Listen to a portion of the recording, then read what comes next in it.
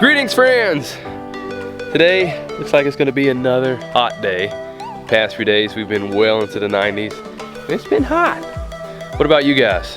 What is the weather and the temperatures like where you are? Let me know in the comment section below. Well, right now I'm heading out to check on the ducklings that we protected in a chicken tractor yesterday.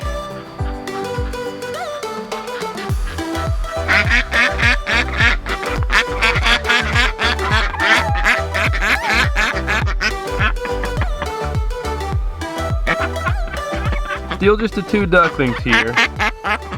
We'll just have to wait and see if any more eggs hatch.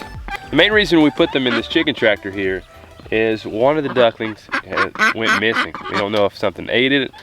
We saw snakes around, and we saw a snake that was actually trying to get to it, which was a different snake than the original snake that we moved away. So we just decided to put them in the chicken tractor here, and this wire here prevents snakes and other predators from being able to go in there. So hopefully they should continue to be safe, and hopefully some more hatch. One of the things that I really enjoy most about homesteading, especially homesteading out here in the country, is disconnecting from the noise, the physical noise of cars, of sirens, and all the other noises that come along with being in close proximity to people, in addition to the negative noise mentally and emotionally that come with that as well. I've even been trying to make a concentrated effort not to constantly be looking at my phone or the TV all day long, especially during the main times where I'm focusing on homesteading and doing the things that need to be done. And I noticed that doing that, disconnecting from all that, helps me to reconnect in so many ways. Helps me to have more stabilized thoughts, emotions. I find myself thinking more logically and rationally and not emotionally in whatever way that I'm swayed to think. It feels good. It feels peaceful. And it feels like a reassurance and a finding and discovery of oneself. And makes me think of Jesus would often retreat to the wilderness. Makes me think about that and probably why he did.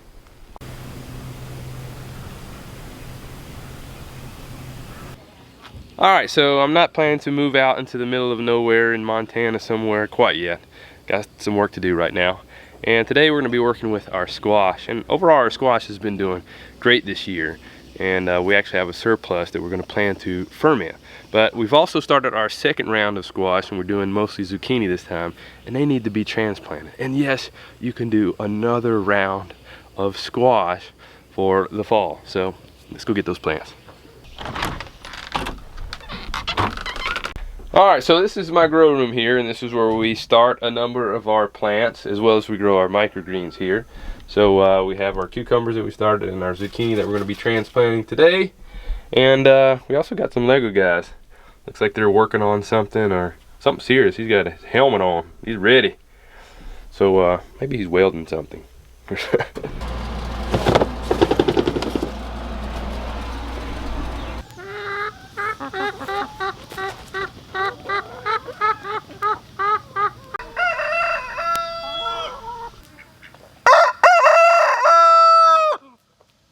It wasn't until here recently that we opened this area up big time, because prior to a couple months ago, all this area was full of trees just on top of each other, and we really weren't able to produce anything. But now we are, and up here where there were trees, we have corn growing now, and we're going to be planting the squash, the zucchini that I talked about. But it has opened things up for so much light and now we have fruit trees growing in here, more fruit trees, as well as it's opened up light for our main market garden. So we're continuing to expand and do what we can to maximize our growing capabilities. So what we're going to do with our squash is, I have a row right here. We have 4 rows here. We have 2 rows of corn, one that I still need some work on it, and then the 1 row right here that we're going to be putting the zucchini squash in. And we're going to add some of our organic fertilizer here, because I know from doing soil testing, which I recommend that everybody do, so you know what you're working with, that we're just overall lack in potassium, phosphorus, and even nitrogen to a degree. So we have some of that mixed in here. We'll be spreading that out in the places where we're going to be planting our squash, and then go from there, because there's a couple other things I need to do too. Since we have pretty much clay everywhere here, makes gardening a little more interesting. So I have put compost right on top of the clay here where we're going to be planting. So what I'm doing is I'm just kind of measuring out where my plants are going to be, and just digging a hole. And as you can see right here, a little tough. This isn't the worst spot ever, but just having to just kind of muck it up.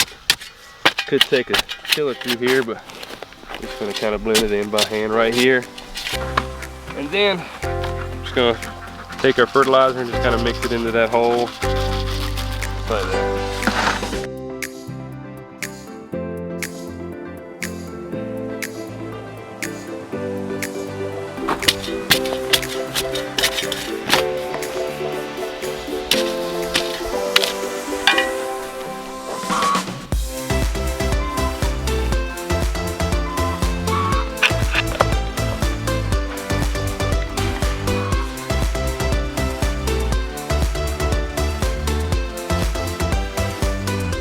It is definitely getting hot for sure. Oh, but as I'm here, I see our corn coming up pretty good. Even some radishes, the volunteer radishes that came up from our some of the compost we use. You can see the radishes right there. There's also some more all in through there. Thank you for coming out here and helping me out pushing those squash out of the trays there, the plugs. You're welcome.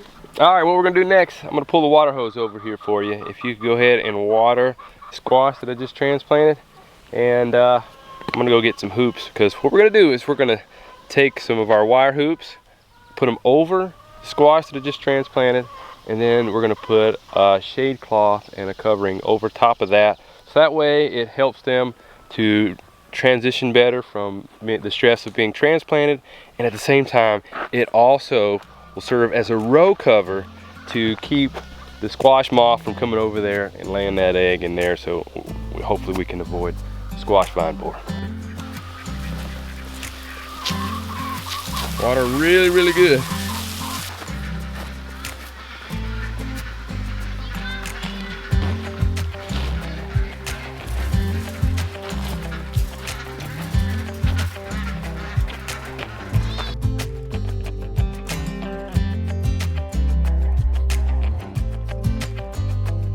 Alrighty, so this shade cloth not only provides shade to keep our transplants protected from the heat, it also is woven so it allows water to come through for them to be watered, and airflow, nice airflow to come through, keeping them cooler. Yet at the same time, it keeps out pests and other things that could cause them to die when they're this young and susceptible. Yet at the same time, it also provides shade for Josiah! Hey! It's keeping you cool under there? Yep. Yep. Oh, and that's another thing. It keeps it cooler in there with the shade.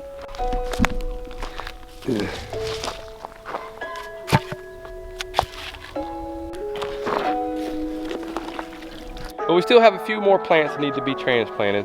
But it's always better to have more plants than you need than not enough. So these are backups for if some of those die, as well as I'm going to start another row of squash right here on this other side of the corn here pretty soon. We're going to have to add some more compost. But right now it's getting pretty hot, and we're going to head on inside.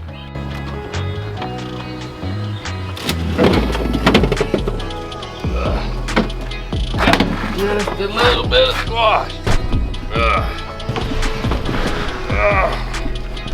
So as you can see here, we have a lot of squash, and this is just our surplus squash that we didn't provide for our customers through our CSA or restaurant. And this is usually ones that we use for ourselves. So we have a number of different varieties. Some of these are really just too big, and when they get this size, they're pretty much the only thing you can do with them is use them for saving seeds. We may try fermenting just to experiment. We'll just have to wait and see. But also, these are different varieties that we have grown, so they've cross-pollinated. So we may save seed just for as an emergency seed, but overall they wouldn't be ideal to save. So this year we're just experimenting to see which squash we really like growing best. So I'm gonna have to put some of these in 2 baskets just because we have so much.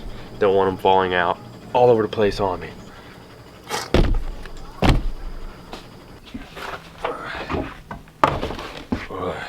Check out all this squash. 2 baskets full. Have no idea what we're gonna do with it. But you know what? I gotta head out of here. I got some errands to run. So I get to take care of that. You ladies get to figure it out. So I will see you ladies later. Have fun. Wow, thanks. So Mike just left, and while I was braiding my hair in the bathroom, Selah over here was already starting to cut up some of our squash. She already has some seeds out of this one. How do you want to do this one? I don't know. I just started doing it. And Micah has part of the vacuum cleaner right here. Well, since we have so much squash, look at all this. Tons, maybe not tons, but a lot of squash. So we're not going to be able to ferment all of this. I don't even have enough jars for that.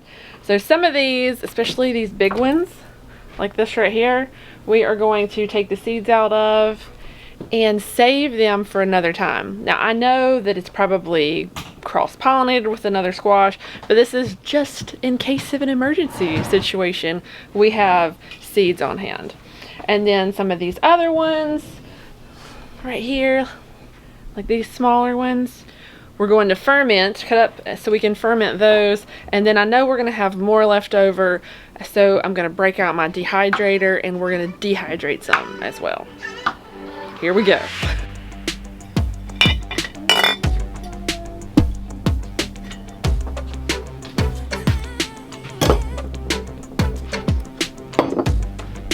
I have my jars here, and I think I'm gonna do a little bit of an experiment and do all the same spices in this squash that I'm gonna ferment, but change it up a little. I think I wanna put some wild grapevine leaves in there for the tannins to see if they stay more crunchy. I'm gonna do one leaving the seeds in the squash, and then I want to do another one taking the seeds out. So we'll see how they do, and you know, if the crunchiness changes or stay the same. It'll just be a little experiment. Okay, Selah, since you already have this one sliced in half and the seeds taken out, let me show you how I want you to slice it so we can fit it down in our jars. Ready. So let's just slice them like this, just to get it in. Oh yeah. So these should just fit down in there real nice like that. They look like little rainbows. They do look like little rainbows, don't they? Like there. Right in there. Well, I think I'm just gonna put garlic in the bottom of these and just leave it at that and not do any other spices, just so we have a good kind of, I don't know, control, I guess. And since we're doing a few different ones, so just garlic, and then I'm gonna put my brine in there. And you know, if we don't like the squash fermented, all of us like fermented garlic, so it'll be a win-win.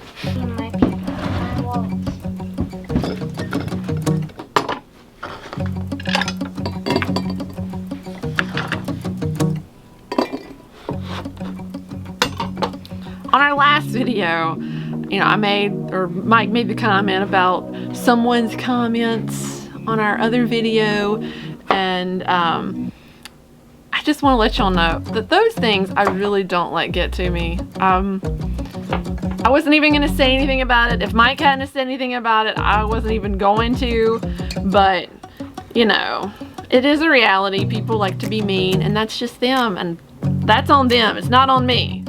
So just to let you know, It doesn't really bother me. I'm not hung up on it or anything, but I just want to let you know that.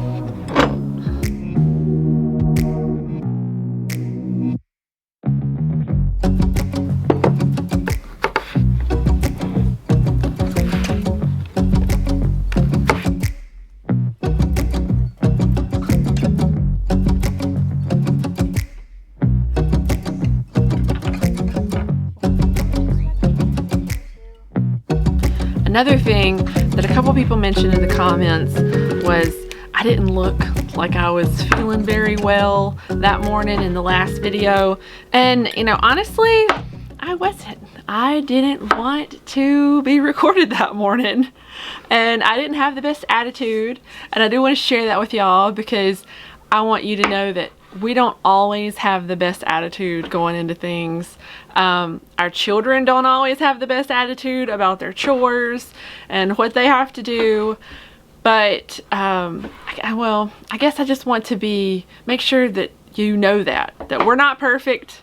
We're not saying that we're perfect, but we all have bad attitudes and bad days. So that was why I may not have looked super bright and chipper that morning. Because really, I just wanted to do my chores alone and be quiet.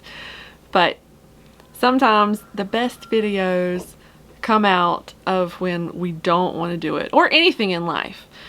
Some of the best times come out of when you do something when you don't want to do it. So we're going to keep on keeping on. Even if we don't feel like it, we're going to keep doing it because that's just what you got to do to get the best out of life.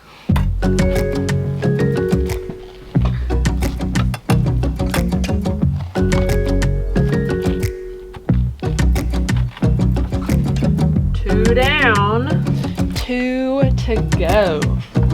Are you tired of cutting squash yet? I don't know. We haven't even put a dent in the squash that we have. But I am gonna go outside and go find a wild grapevine and go get some leaves.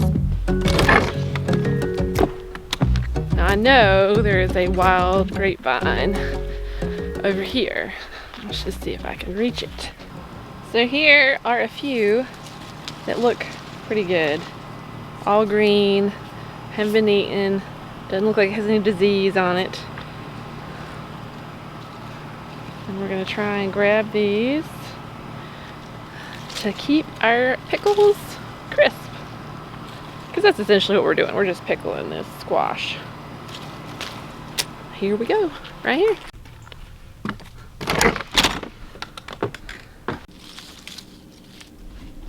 Just take my grape leaves, and I'm not even gonna wash them off. They look pretty clean. I don't know if that's right or not, but that's what I'm gonna do.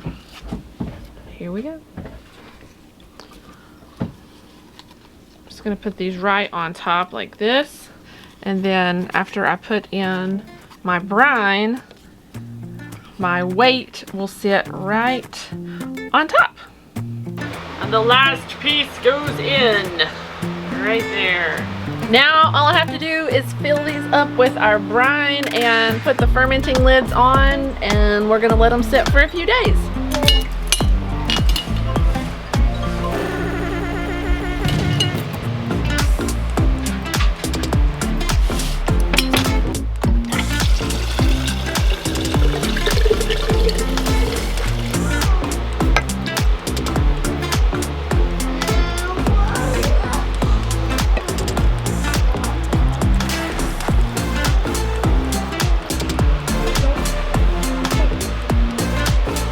Now the only thing left to do is put our weights in on top so none of the squash rises above the liquid level, and then put our fermenting top on.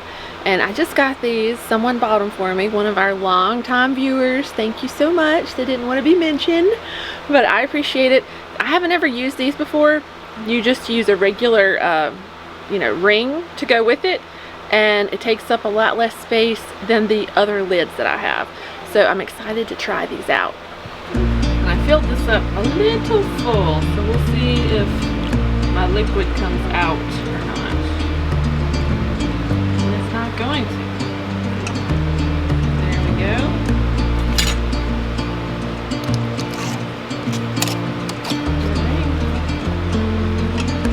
And I'm gonna let these sit at room temperature for a few days, and then we'll taste them, see what they taste like. Hopefully they're good. Never done squash before. This is all new to me.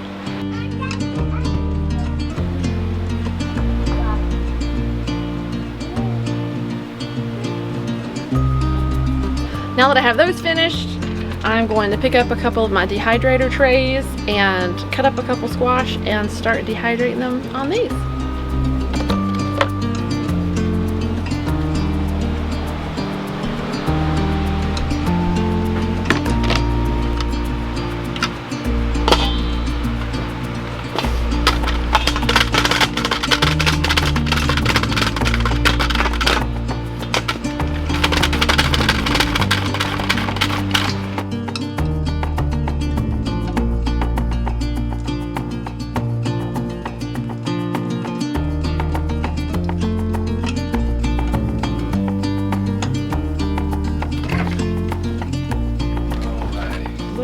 Back. So how did everything go? Did you get some squash done? Doesn't look much different. Doesn't look much different. Well, yes, we actually have 4 jars of squash fermenting, and I have a whole dehydrator full of squash to be dehydrated. Now I wasn't saying you ladies weren't doing anything, because I can definitely see that you are. It's just we've had so much squash here. It's like there's just barely a dent in it. Come to think of it, that may have sounded mean, so I don't want to be overly critical. Thank you, ladies, for what you've done. We just got a lot here, and I'm going to help you out with trying to get it done. And so it's like, what are we going to do with all this squash that we have left? Looks like chicken food for some. Yep. And I know a number of you may have that question. What can you do with the monster squash? Well, how can you use it? Well, one, you can slice it in half and then scrape out the seeds and save the seeds, or you can slice it in half and then take it out there and let the chickens have a nice little buffet, or you can just take it and just put it in the compost and let it just break down, and whatever happens, that happens. But you can also, I saw a recipe online, I want to try it. We're only going to try it for a couple of these. Of course, we can't cook all of these at one time, so we're going to try to slice a couple of these in half, scoop out the seeds, and bake them, add some butter and all that, and try to make them nice. But the rest of them will be used for a number of those other purposes that I just mentioned about. So I'm going to take all of this that we have for the dehydrator, and I'm going to put it all together, and then I'm going to take it outside to start, because I don't want it heating up my house any more than it already is. Okay, here we go. So let's go ahead and slice some of these up in half to bake and to take out to our chickens, because I'm sure they'll like a little treat of some squash.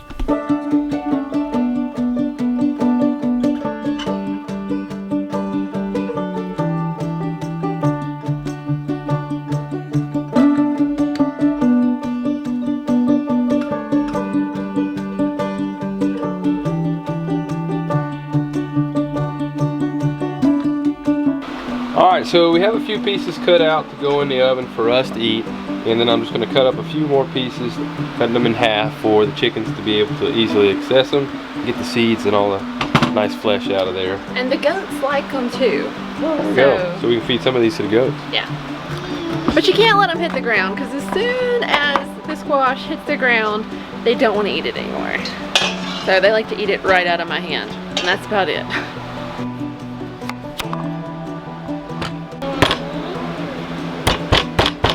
Man, this one's hard, like a brick.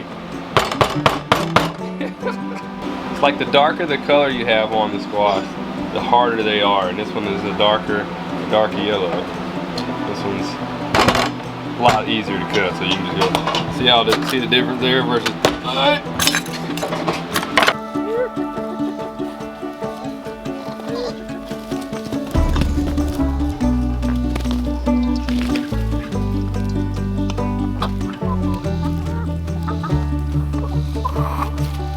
So those are just a couple of ways that we use our squash here, even our monster squash. is getting used. So more and more, try to have the mindset of let nothing go to waste. If we can't eat it, somebody's gonna eat it.